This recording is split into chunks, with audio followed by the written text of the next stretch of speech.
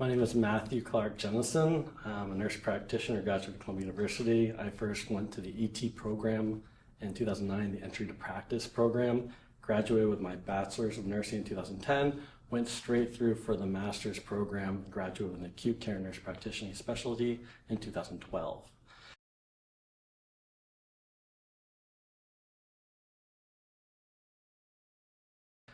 Funny story is I got a job now as a hospitalist at Canton Potsdam Hospital. I did not know what one was currently at the time, so I decided to just shadow and volunteer. Spent a week volunteering.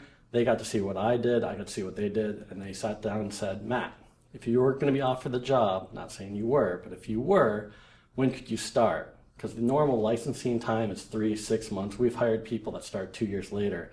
I looked at my colleague and I said, tomorrow? Monday? He goes, not gonna lie, are you serious? Because if you are, you got the job. So I was the fastest turnaround between interview and getting hired that my coworker has ever seen.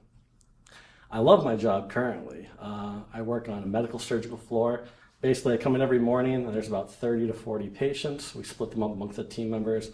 I round, diagnose, treat, and discharge all independently thanks to the Nurse Practitioner Modernization Act of 2014 here in New York State. So it's a big win for nurse practitioners. I've stayed heavily involved in Columbia University. I'm now on the Alumni Association board, and we try to really keep outreach with our young alumni and old alumni, because I find that Columbia education is something I can keep giving the more you put into it, even after you're gone. I love staying involved. In fact, I just finished having coffee uptown at Coogan's with a current student. So I'm currently mentoring 3 to 4 students at any given time, mostly through email, but we do try to meet up with each other when we can. It's been great. I don't know, I'm having a lot of fun and I like coming back here. I think Columbia is a wonderful place to study, and I hope to be part of it for many years to come.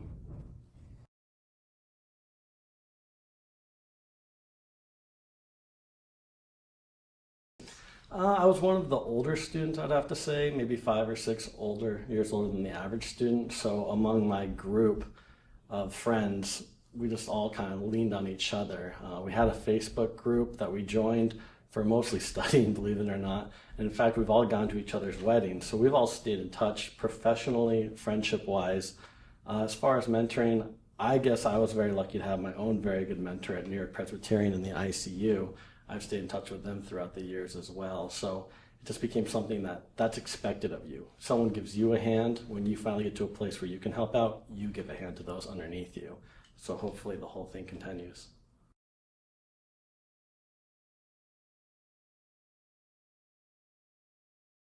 I could say when I was meeting with Mary, one of the greatest things that she ever told me is, when in doubt with your treatment plan or your education or what you're doing, do what's best for the patient and you'll never be in the wrong.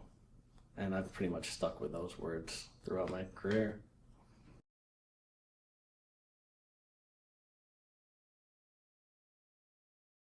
I was lucky in that even though I'm from a rural area, I was able to adapt to New York City life pretty quickly, but it was a challenge, especially meeting new people here in the New York City, which is why we took together. But probably a mixture of the academic life with the allure of New York City.